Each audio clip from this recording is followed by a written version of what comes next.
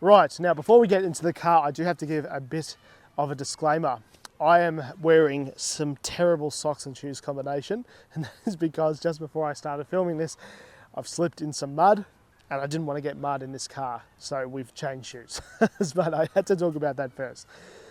Anyway, on to a more important topic. This is a 1949 piece of Australian history. This is an FX Holden, one of the most important cars that they ever made. 120,000 of these were made, and this one is in the first 5,000.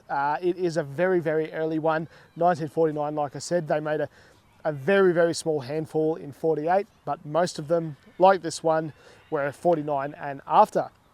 It is not just a really cool car, which we'll go through in this video, but it is also a really awesome piece of Australia. And what I'm talking about is at the end of World War II, 1945, this was a sign of Australia's independence, right? Not only just a few years after the war had ended, this is what we had. We had this, and it was for the average Australian family, £733 back in the day, around 40 grand in today's money for a piece of Australian history, for a piece of Australian independence.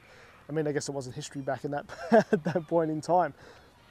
Now, it never originally had the name FX until later on in its life, but that nickname really stuck to differentiate it from the models that came after this. But it really is fascinating, isn't it? I mean, I love these swooping guards, the bonnet, just everything. And this was a real time of improvement and innovation for Holden. I mean, things were changing so quickly with these cars, way quicker than they would in the later years. And some small examples is the rear doors have their lock at the back rather than the front, which makes more sense. It's very hard for the driver to lock that by hand. The later models had some strengthening in the bonnet. They're quite flimsy in the very, very early ones. And they're just fascinating, aren't they? One thing that I really, really like, and tell me if I'm wrong, but I believe they have the split windscreen design because they probably didn't have the technology to have a single curved windscreen to do that economically. I mean, I'm sure they could have done it, but to make it in mass production like this, Australia's first mass production car, they probably needed, it probably wasn't viable. It wasn't viable. And they are, here's a little tidbit, they are the same piece of glass, just mirrored. So that's pretty cool. All right, and here is our boot. Now this car is enjoyed, as you can tell, but I'm showing you this because this represents what this car is. It is a normal family car for Australia. That is exactly what it is. There we go. There we go. It's a little bit more fiddly than modern ones, that's for sure. I really wanted to show you this as well. This is our fuel filler. Very, very cool. I really like its placement. Just, it's really good because it doesn't disrupt those sweeping lines of the guard and the quarter, and it's just unreal, isn't it? A lot of these cars, and it's hard to believe by today's standards, but a lot of them, a lot of these are pretty rare to find in original condition like this. A lot of these have been turned into hot rods with LS1s or Holden 5 litres or stuff like that, or they have been paddock bashed because no one would be paddock bashing these now, but in the 80s and probably early 90s, oh, maybe not that, but there definitely was a time where these were throwaway. And like the Kingswood and the VN Commodore and the VT Commodore, they did make these in huge numbers, but how often do you see an original one? Admittedly though, there's not that many people that are probably going to be daily driving a 75-year-old car, and I accept that, but it is very, even at all Holden Day and car shows and stuff like that, there definitely are limited original ones. Now I do have to say this one has had a restoration, but it was a good car to begin with, and they have switched from 6 volt to 12 volt. So it does have a little bit of a modern touch, but that's really all that's been changed. Other than that, it is original spec, and it's very, very cool. One of my favorite parts about these entire design though is just the enormous chrome grille. Enormous chrome grille. And it's amazing to see the difference between this and a VF. And I know that might sound ridiculous, but you know, the VF was the last, this was the first, and they kind of, well, they were the same market, the average Aussie family. Now, under the bonnet, we have the iconic Holden grey motor, 132 cubic inches, 45 kilowatts. Now, those numbers sound ridiculous by today's standards, but honestly, this car goes totally fine. And in the context of 1949, it really is more than enough. 6 cylinders, built in Australia. The thing that is important to know about these cars, or these engines, they are tough as old nails. They really are. I mean, this one runs fantastic. If I'm completely honest, it runs as good as, like, it may not be as efficient as a modern engine, but it is arguably more reliable, which is, yeah, says a lot about how well these were built. And again, this was, you know, Holden's first crack at it. So it's really fascinating. It's really, really interesting. And all of the FXs did come paired with the column manual, which we'll have a look at shortly. But yeah, there's not much to them. There's not much to go wrong. It's just fascinating, and I really enjoy driving it. You know, it's not really fun in the same way that a VF Senator is, right? But it is very enjoyable to drive this. It puts a big smile on your face. And anybody that has driven any classic cars knows exactly what I'm talking about. It doesn't matter about going quick. But again, it's not that bad. It really isn't. It's more than enough to keep up in modern traffic, as long as you can get around the column shift manual. So the interior is very, very nice, very enjoyable. I love that all of these old cars, the colour of the outside is kind of the same as the colour on the inside. And being 1949, I will admit it is quite basic in here. We don't have indicators, we don't have reverse lights, we don't have a heater. We do have a choke, and we do have a 3-speed column shift manual, which all of them were. And the other thing which blew me away is it has an electronic start from factory, just like an FPV. You turn the key, the ignition on, and press the button, which I'll show you later. Unbelievable. That actually blew me away that has this has it. I love the little wiper switch up here. It is so cool. This thing, it's fantastic. I love quarter windows. I wish we never got rid of them. They're just fantastic. And I love it's just so cool. It's so basic. We've got one big gauge in obviously miles an hour, because back then we still use miles an hour and we still use British pound, British sterling. We also have a fuel gauge, which like a lot of the other vacuum stuff does dance around a little bit. And we have our headlight switch, and that's about it. It's very, very basic in here. But that's what it was in 1949. I'm obviously not knocking the car for it. This particular one, the trim is in fantastic condition. It does have seat covers on it, but it sort of has this like dark red, like vinyl kind of interior, and it's really good. And the owner did tell me, because this is an early one, it has carpet. So some of the ones after this didn't have it, and that explains my terrible, terrible footwear situation, because I didn't want to dirty it. But hopefully you guys can enjoy it, and just looking out the bonnet here and seeing that lion on the end of the thing, and these would have sold like hotcakes back then. And even years later, under the bonnet, it's a fantastic, they're just fantastic things, these. But enough talking, let's actually take it for a drive. This is a bit of an unusual angle for me, but I wanted to show you guys this is a very, very modern feature.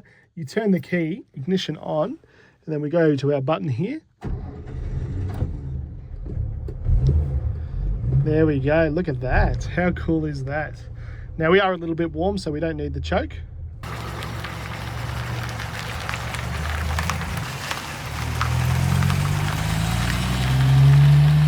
I have to admit, I've driven a column manual once before, and that was also on camera, and if I'm honest, that was terrible. But this car is much easier to drive than that one, and that was a HR. These window winders as well work really well, better than a lot of other cars that I've been in. I really like the horn. Oh, there we go. Very, very cool. No indicators is very weird though. That is very unusual, and it's hard to get used to that. Obviously you can't go into first unless you're at a complete stop. A lot of these things that I'm talking about, a lot of people will already know, but I didn't. That's the honest truth, you know.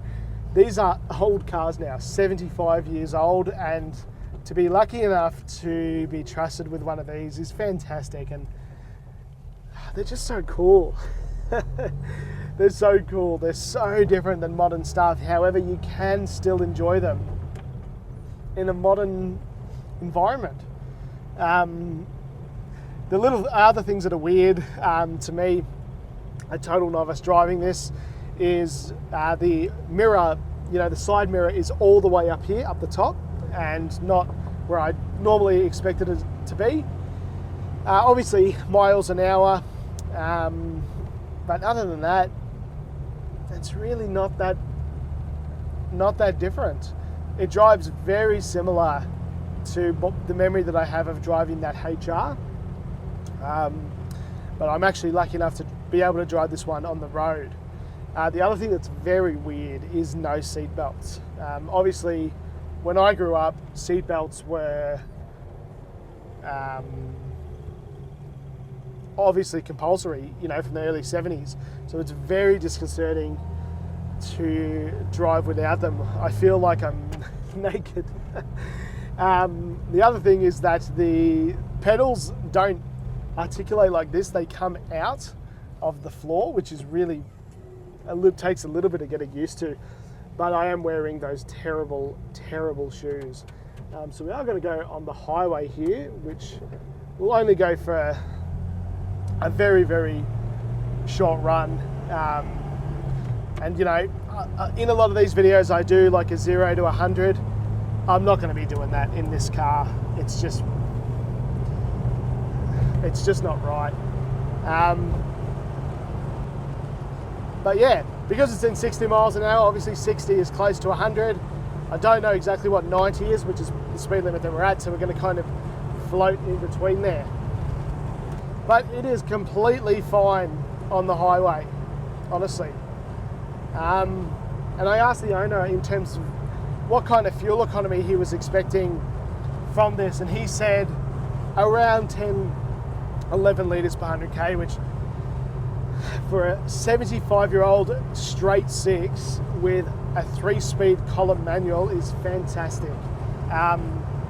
It's actually pretty much the same fuel economy that I got when I drove here in my 2014 Ford Falcon. Obviously, there's a lot more going on. The Falcon makes a lot more power, but honestly, like, it doesn't feel like you're missing out, honestly. And even if there are little things that aren't perfection, it makes up for it because it has massive character, this car, it really does. But it feels completely usable on the road, and that is probably the thing that surprised me the most about it. Obviously no power steering, no air conditioning, no heating, but you have these little quarter windows. I won't open it because it'll just be wind noise in the mic, but they're as good as aircon, or almost as good as. They blow air right in your face. It's really nice. The lack of heating is a surprise though, if I'm honest. But yeah, no indicators is probably one of the hardest things to get used to. And the no seat belts. The brakes as well, that's the other thing I wanted to talk about. They're actually pretty good, but like any old car, they're terrible compared to modern technology. So whenever you're braking one of these, you have to really brake in a lot earlier than you would in a modern car. But that's just part of the classic car experience. Now, one of the reasons I'm actually in Canberra is I came here to do a video on the FX Holden at the museum. They have the first one ever produced. So there was 3 made in the US and they were bought here, and I think there's only 1 survivor. Unfortunately, it was roped off. I couldn't see it. However, when I put a post up on social media, Tony's son reached out to me about this car, which is the same make and model, And honestly, I'm enjoying this more than the museum, because the museum had some terrible coffee as well, if I'm honest. But yeah, it's amazing that this car drives this well. It's really, really surprising, and it's a piece of history. Hope you guys have enjoyed this video. I know it's really different than a lot of the cars that I have, but arguably it's probably one of the most important, not only in Holden history, but frankly in Australian history. And that's exactly what this is. In an original restored condition, in a great colour, with its original running gear, original engine.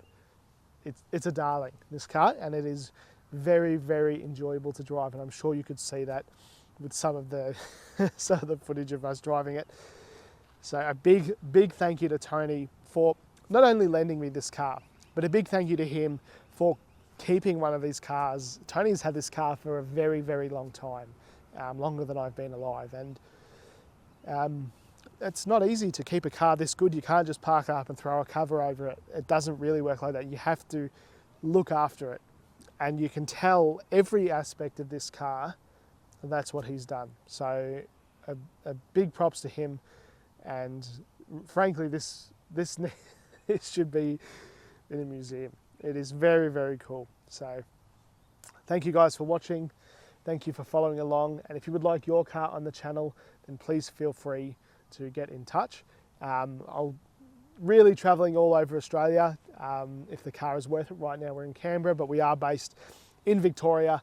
But I really wanted to share this car with you guys because it is very, very cool. It's very special, and I doubt Tony will ever part with it because it's very, very clear that this car is loved. And I've really enjoyed today. So I hope you guys have too. Thanks for watching.